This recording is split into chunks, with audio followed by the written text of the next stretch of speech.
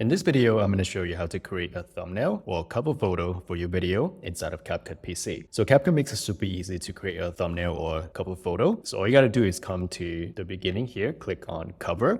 Once you're here, you can select the frame that you want to create the cover photo from. So for example, we want the first frame. So we simply just come to edit. And in here, you're able to select a video cover template that you can apply to your own cover. So for example, if you want something like this or something like this, you're able to drag to anywhere that you want, and you can select any one of these templates. So for example, let's go with this one. And what happens is you can just select this element and move it anywhere you want. You can even flip this. So for example, if I want to flip it horizontally, just do this and then drag this to the place that I want.